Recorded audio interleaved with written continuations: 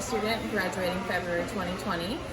Today we are going to show you a video on how to flawlessly apply airbrush foundation. Airbrush foundation is amazing. It's going to give a really lightweight feel. It's very easy to photograph it, so it's really good for all those holiday parties and events or headshots if you need that done as well. So before we get started, we've already cleansed the face, so we're going to add some primer to make sure that that foundation really sits where we want it to sit on the face. So we're going to go ahead and do that.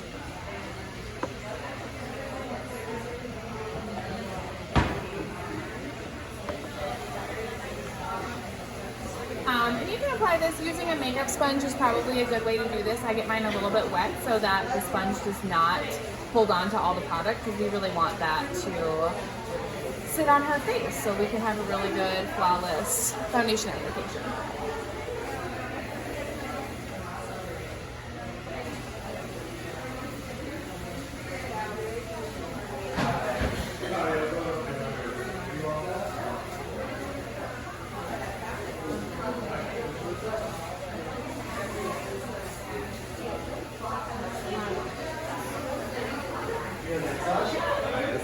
And when we let that kind of sit and sink in for a minute, I'm going to mix up the shades of foundation. So you always want to color match somebody. Probably the best place to color match somebody is going to be right down kind of at the base of their neck.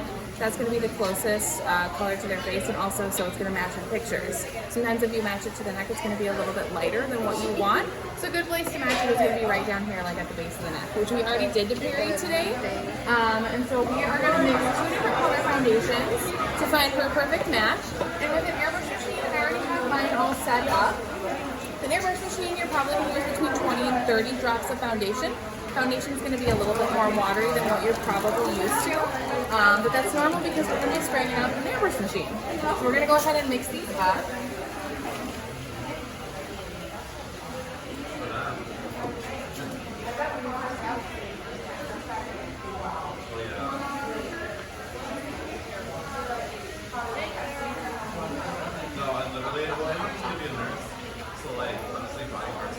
And before we get those applied to her face, I'm going to kind of mix them with the machine so that it comes out the shade that I want it to. I'm just going to turn this up.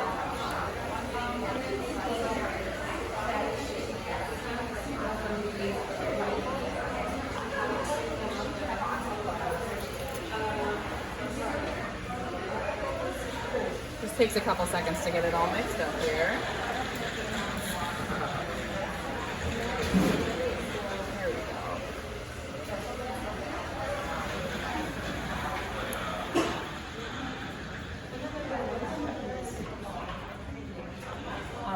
So next we are going to start applying the foundation.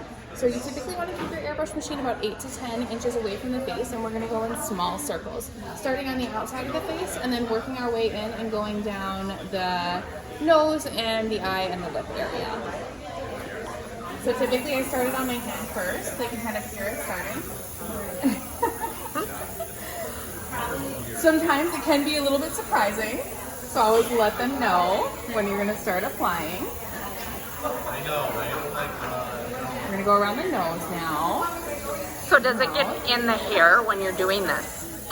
When you're first learning, you can sometimes get a little bit in the hair, and that is normal.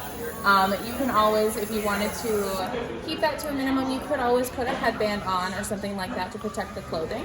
But it's actually it's a pretty direct spray, so you don't have a lot of foundation going into the hair or going onto the clothes. And typically we're going to do one coat, and then we're going to let it sit for about 30 seconds before we do the other one, because we want it to dry.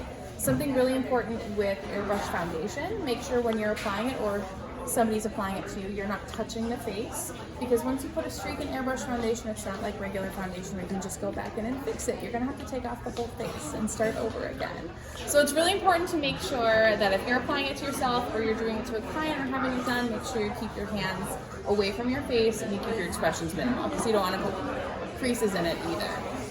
So once that's dry, okay, we're going to start it with your Perry.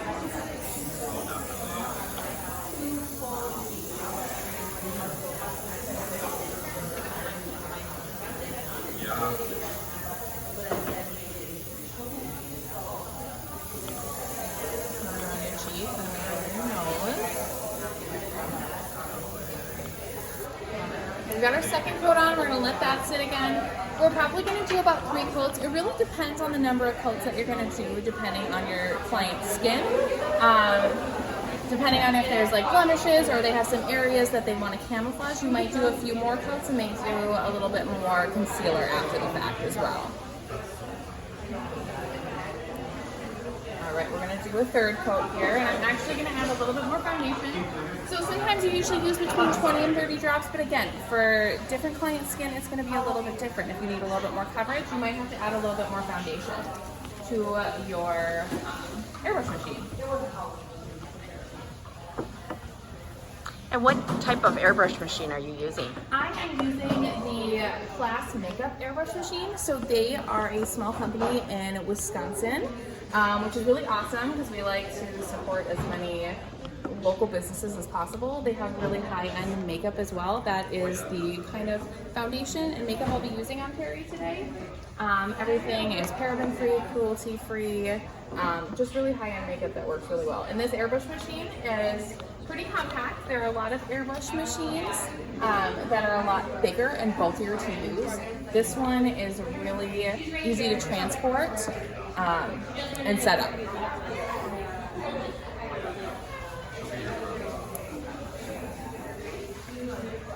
Okay, we're going to do the last coat here.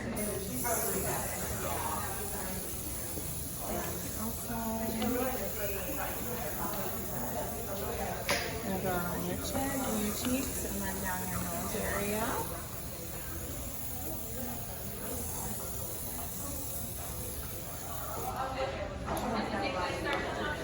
Beautiful.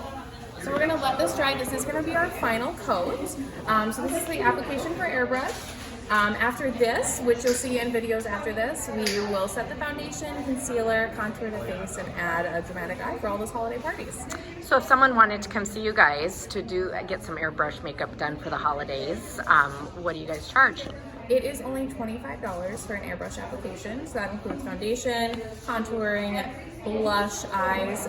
It does not include lash strips, but we can always add lash strips onto that service as well for $10. And how long does that service take?